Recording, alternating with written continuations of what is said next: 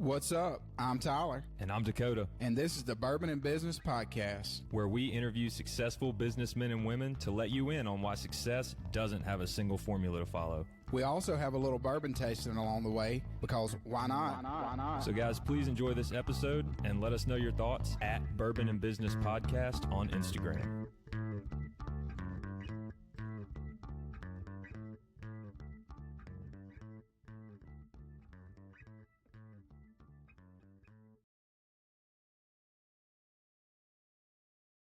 Coming to you from the Bourbon and Business Studios, I'm Tyler. And I'm Dakota. And this is the Bourbon and Business Podcast. How you doing this afternoon, Dakota? I'm great, Tyler. How are you, Tyler's Head?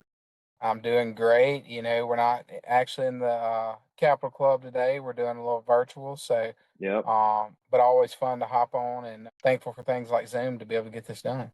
Yeah, no doubt, for sure. But if you aren't a member of the Capitol Club, you're missing out. We do thank them for their sponsorship. They have daily lunches, events, network events, event spaces. They've got it all. Be sure to go check them out. You want to introduce our guest to us? I do. Today we have special guest Christiana Yebra, fractional CMO and advisor at Staked AI, expert in brand marketing and PR for sports tech brands. CY, welcome. Thank you, guys. Good to see you. I follow you on LinkedIn. You've had several of my friends on the show, so it's nice to finally. We're happy to have you on. Glad to have you. And we are sipping on some, well, I guess you can't see this because of my blurry background. You look like you're a commercial and you like I didn't don't know get how the to make this rights to work, but it's American Honey by Wild Turkey, and it is a blended whiskey. So, not my favorite. Okay. That's a beautiful cup you're sipping out of. It's a bourbon cup, but it's Welcome to the South. it's good for a blended whiskey, especially if you put it in a plastic cup. Yeah. Pick up those microplastics. Yeah. So, There you I'm go. gonna have to give it like a probably 7.5. Okay. Yeah, that's not too bad. So not bad. I spent like $26 on. Oh, yeah. That's not too bad for 26. That's not bad at all. Well, CY, we appreciate you coming on today. We like to always start this off, just kind of give our listeners your background, where you're from, and then how you got to the point of where you're at now.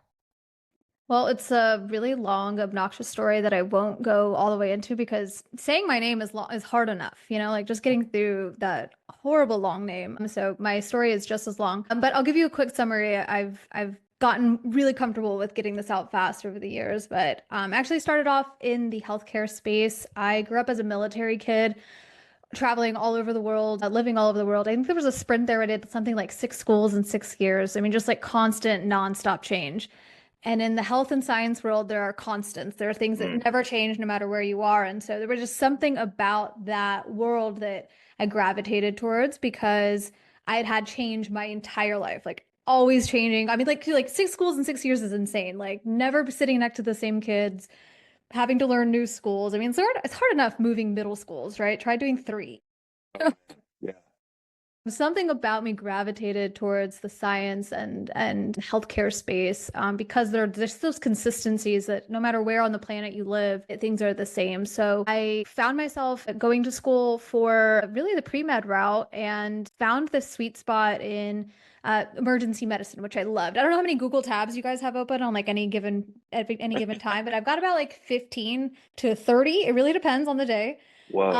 And that's how my brain works. Like I love a good quick sprint to a challenge, close it out, move to the next one. And that's kind of how my brain works. So I fell in love with emergency medicine and was dead set, like 100% sure I was going to go to medical school right after undergrad, and worked in ER and trauma and found a really cool opportunity to start a business. And I had the opportunity to either push an app to the App Store, which was very buzzy at the time, pushing an iOS product to the App Store, or put in applications for financial aid. Like there was really those 2 options.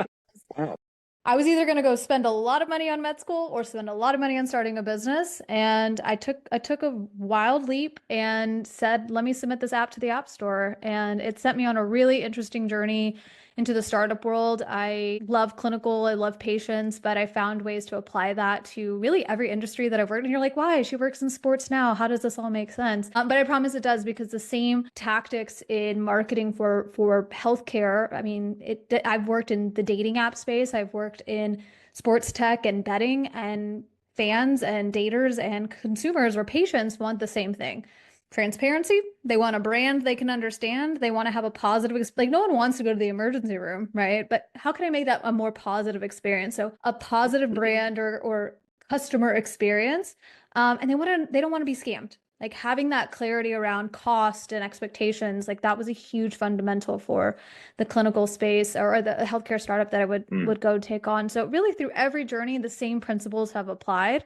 I've just found my way into the sports world. And I joked, like, I left healthcare because I want to have my weekends and my evenings back and my holidays. And now there's games on Thanksgiving and Christmas and New Year's Day and Memorial Day and like every day of the week. So I am right back to my old clinical schedule where I'm just on the clock 24/7. So it's a long journey, but really the core of it has come from my resiliency from being a military kid to working in a really complicated and challenging space like healthcare and trying to solve problems for patients and consumers, and now for sports bettors and fans. Well, that's a fantastic story. Kudos to you for your resiliency, like you said. I think there's something to be said about military families and military kids and their resilience. And I know that their grit, their scores of resilience would probably be off the charts just because they have to. And kids are resilient naturally, but when you put them in an environment where they have to adapt, it's kind of like a futuristic dystopian type thing is what I picture sometimes, where I'm like, they're trying to make these super children and they always start with the kids because they're the ones that are like the easiest to mold. And so, you can make kids as resilient as you want though. Even movies and stuff with kids who get trained to be like, little assassins and stuff like that. Yeah. But that's so. Tell us a little bit more about this app, though, that you launched, and you launched it in, was it 2015 or was that when it was acquired? So Mend was the first startup that I worked on, and it was on-demand urgent care. Now picture this, like it's 2015, okay? Amazon Prime had just come out. Like the fact that you could order paper towels to your house and have them delivered like same day was like, I can't believe we can do this. I mean, Uber was in its prime. I'll never forget, like, yeah, I mean, things were happening. That on-demand like mentality was really popular. I remember the first time describing to my mom I was going to take an Uber. So she's like, so you're going to let a stranger pick you up? And I was like, mm-hmm. And she was like, and you're going to give them your credit card information? I was like, mm-hmm. And then you're going to drive in their car to a known destination? I was like, yeah, I know it sounds crazy, Mom, but it's all the rage. Like, trust, it's going to be fine. But that same concept of being able to select a time when I wanted to be picked up and be delivered and understand the price ahead of time, like that was a huge shift in what people were consumers were looking for. But in the healthcare space, like, there was no transparency. I had no idea how much people were going to be charged. And you had no idea what to expect. So let's say right now, Tyler twists his ankle getting out of his car. What are your options? You got the emergency room. So who knows how long it's going to take you to get out of there, and who knows how much it's going to cost you. You've got an urgent care on every block, but you're still having to drive there, sit, wait, probably be referred out for other things. You probably will get like a little splint, and maybe they might give you some Tylenol that you still have to go and pick up, and then they're going to bill you a couple $1,000s later. So that's still the issue. I mean, 10 years ago, that was still an issue. And so while working overnights in the ER, I worked with an ER physician who had this great idea. I said, let's put all of the fuel behind this instead of emergency medicine and find better tools for patients to be able to have on-demand urgent care. So Tyler, instead of you going to the emergency room with your twisted ankle, I'm sending an ER credentialed physician or physician assistant to your door of your car, wherever you are, who will take a look at your leg, make sure you're not, nothing limb threatening or life threatening. Your leg's not going to fall off. Splint you there, deliver the prescriptions to you after for a flat fee.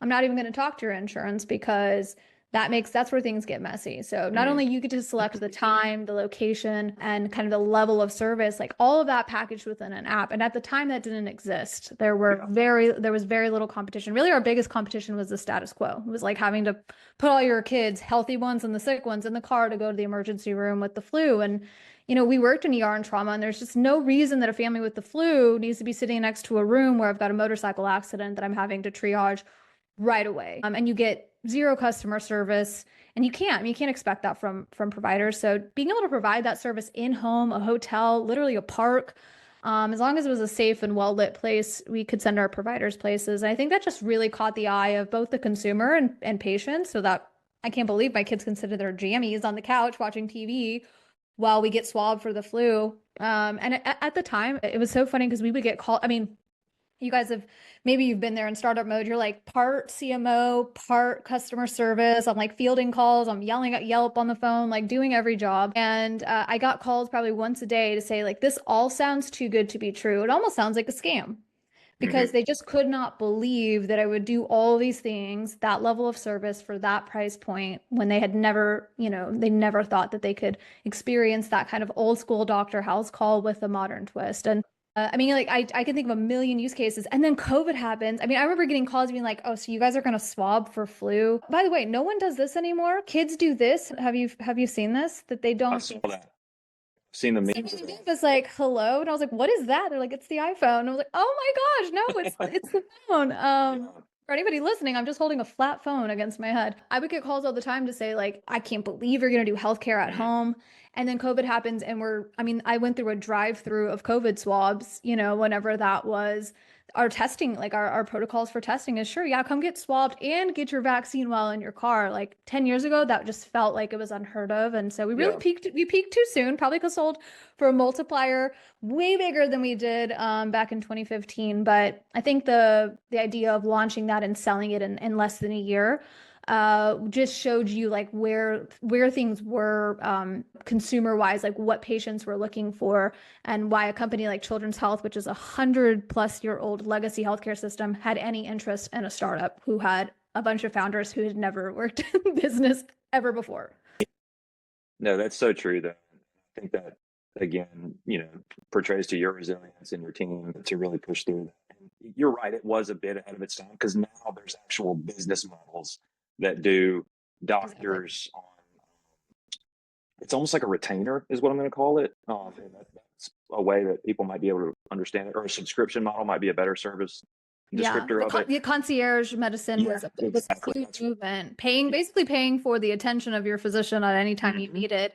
And that was available for maybe more wealthy families. The cool thing about where we were at, and I say that because I felt like if you don't have health insurance, paying a large premium subscription feels like a lot. But when people really start to, $1,000 a month, $2,000, which is way more than you're going to pay for healthcare coverage at a business, right? That subsidizes a little bit of your coverage, so you make it $400 a month for your family instead of $2,000 a month.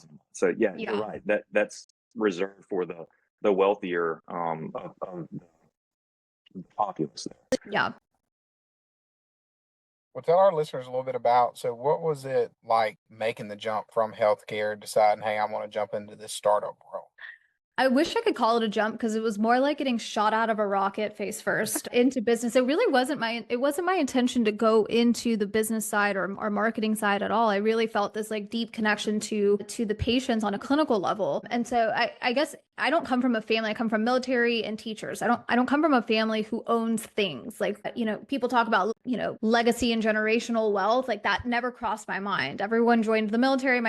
My family had people who'd gone to West Point. So the idea was maybe we would go to West Point and continue that tradition, or maybe we'd become teachers like a lot of the women in our family. And so the idea that I would, one, even choose to go to med school was kind of a big deal. But then to take a leap like that, or shot out of a rocket in that way to start a business, was even more foreign to me. And I really didn't have the experience from family members or even close friends. And so that's where I actually really relied on the startup community, which at the time I had no idea existed. Like, I'd watched The Social Network. I don't know if you guys remember that, when they showed how Facebook was created. And I was like, okay, so this is what the startup life is like. That was like, honestly, my biggest exposure was Zuckerberg, working through his deals with the Winklevi.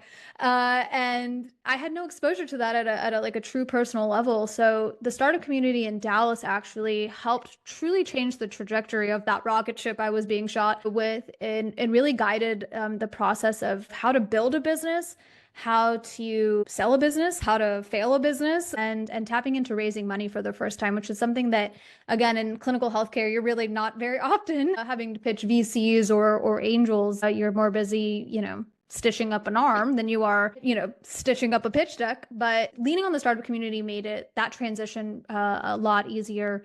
And then, of course, having an acquisition as fast as we did certainly helped kind of the next wave of what I would do. But it was a scary ass leap. I mean, I didn't have a lot of resources. Again, I didn't have like a family member I could say, hey, like, is this all going to be okay? But there was some level of comfort in that I had a team that were early founders as well. We were backed by this healthcare system, but it really just propelled me to figure out what I loved about healthcare and what I didn't. I mean, I always compare selling a startup to, like ours was like riding a jet ski and being able to do anything we wanted any turn, and then selling to 100-year-old healthcare system was like trying to turn the Titanic, not easy to do. And so I realized very quickly, I think the startup pace is really, really where I'm at. And so to make decisions quickly and to pivot with after you get great feedback or saying, hey, the customers aren't really enjoying these things. How do we change? And in legacy healthcare, that's a little harder to do. So I found that the startup place is, that pace and that community was really where I fit in. And I say I would be a very non-traditional, probably terrible hire for some huge corporate, company, because I still have that kind of founder mentality. In any company I work with, even in a part-time or contract, or full-time role, I still have that very much a founder's mentality, kind of gritty startup. How can we do this at the best way? How do we make that dollar last longer, knowing that I've had to fight for a longer runway? Really, in every company I've worked with, is how do we make that budget go a little further than maybe people who have access to a lot more resources and funding?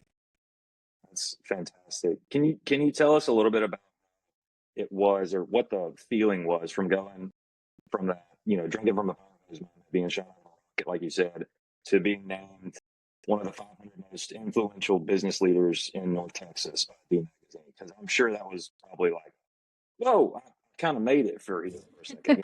Well, frankly, I thought it was a mistake, because when I worked within Venue, my whole job was to position our leadership team and specifically our CEO as being a thought leader in the space. And we've done that. We've done that really quite well. We got a lot of recognition. I got a lot of feedback that people couldn't open LinkedIn without that brand being right in your face with a new announcement, an award, or, a press piece.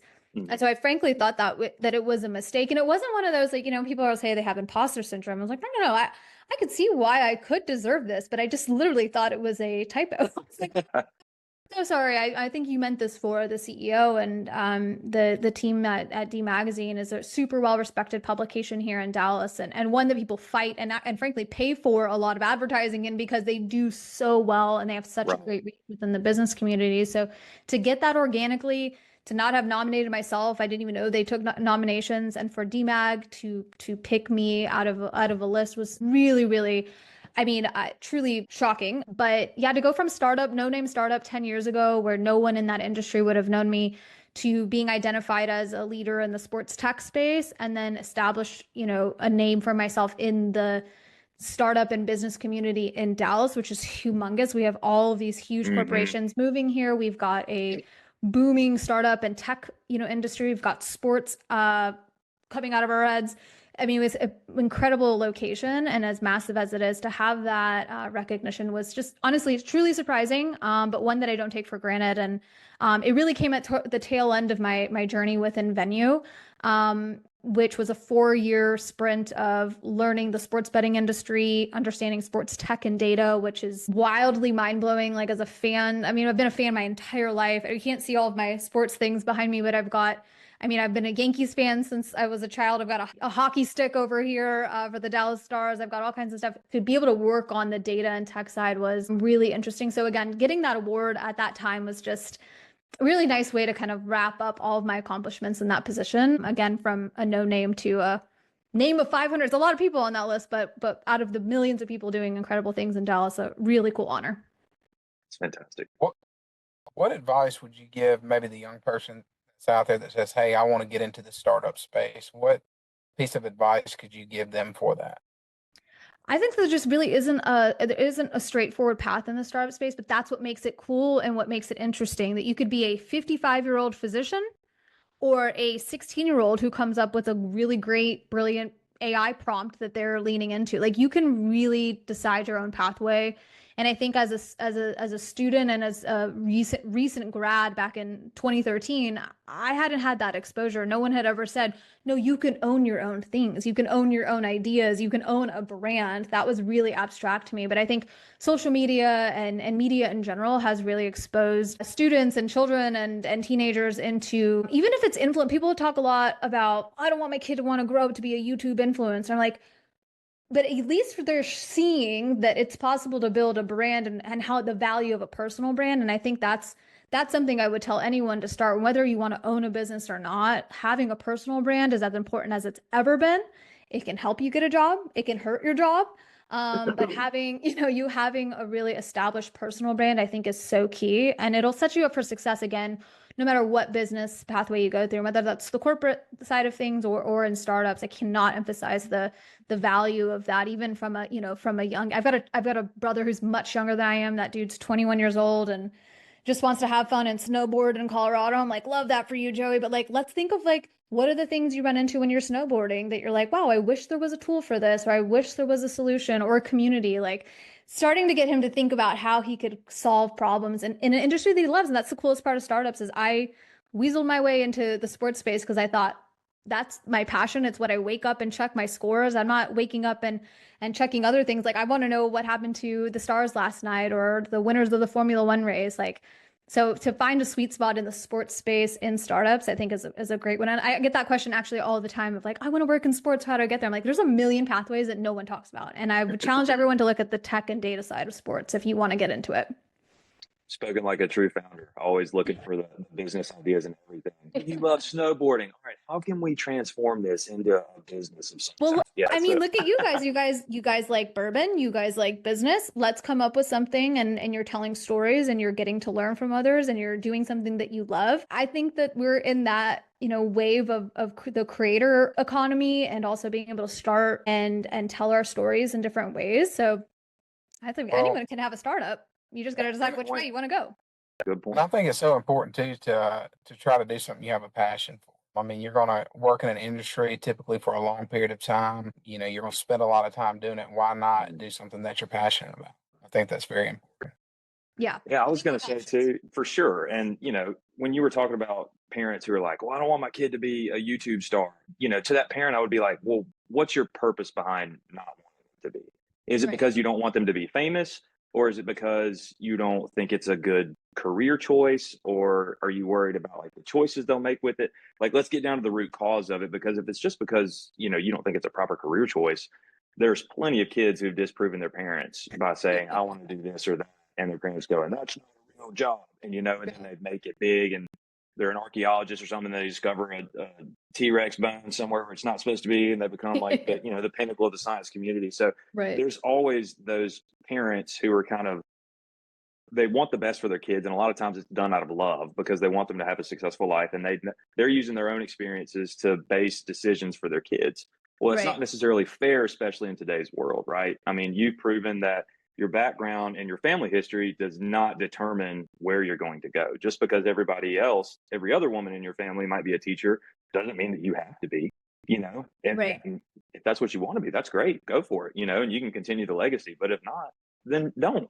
Like, do what you're passionate about, to Tyler's point. Yeah, no, that's exactly right. I'll never forget when people were like, good luck with your little app. Back in 2015, they're like, yeah, good luck. And it's definitely a 2015 term. Yeah, good luck with your little app. I hope it's so cute. I hope it does well. I mean, I think that in the same way, like parents might not understand that there's a whole economy behind these creators. They might understand that there's like transactions and money being made, and but really, same with being able to monetize your passion. I don't think you always have to. I think it's hard for especially founders like me to find hobbies that we don't try to turn into a business. But I would I would challenge people to find a good mix of the two, and that's why I'm so happy to help companies like Staked AI, who are doing incredible things on the content side, but they're leveraging the incredible powers of tech. And I think every industry is going to start to. I think AI is going to be a table stake in every business. How we use those tools to expand our reach and to expand opportunities for revenue and create really cool things is going to be great. So I'm so stoked to help companies. I've for years now worked in the AR VR, AI space, which are very buzzy terms, but being able to turn them into real life products has been a passion of mine. So those are things, again, just putting with that layer of sports on it is what makes it fun for me and something that I get excited about every day. That's really great. And I completely agree with the AI thing. It's going to be everywhere. And then when you label blockchain with that, and they're called cryptocurrencies. And I was talking to a guy and he was like, they're not actual cryptocurrencies. They're not like a currency, but like Ethereum. And there's another one that I'm forgetting that's a mainstream. But like if you use those blockchains and the things that those companies are built on, and like then you layer AI on top of that, and it's this whole idea of like Web 3.0, and it goes way beyond what I'm capable of comprehending or explaining. But to that point, tell us a little bit more about Staked AI, because that's your current passion right now. So like what does that look like, and how are you pursuing that part? Don't fall in love with the name too much, because the reason why I joined the team is to help them really think about the next step. They've created a great MVP that is functional and outputs really incredible technology and incredible audio. How do we actually position this as a leader in this space, as an early leader in the space, but with a thoughtful brand, really clear messaging and communication about what we do, and then to position the founder, Mark and Chris were incredible people that I've met along the way through the sports betting and tech community. And when they saw I was in my free agency, they were like, hey, wait a second, we got to scoop her up. So I'm so grateful for them. They saw what I did with InVenue, which was really taking it from a B2C product to a globally launched and commercialized B2B product. And so to really do the same thing for Staked. While they're not B2C, they're really focused on the B2B space, but to establish a really credible brand. They do this, I mean, they have a really unique category that they're serving where they're focused on audio. There's a reason why we are, yes, on video, but the reason why people can also listen and enjoy this in audio is because audio has been the way that we have consumed information, especially on the sports side, forever. I mean, before there was TV and broadcast, people turned on the radio to listen to sports. So I think, if you and I were at a Stars game, we're not going to be sitting there only looking at the game and not talking to you. The fun part about sports is you talk to one another. Like, I want to bet you that Jamie Benn's going to score on this power play. I want to bet and talk and look at these last couple of plays, or I want to argue with somebody about things. That's the nature of sports conversation, is fun and engaging. And right now, sometimes the fastest content you can get out about it, the last play or even a halftime report, is really like a tweet or one static piece of content or a small highlight from a clip of video.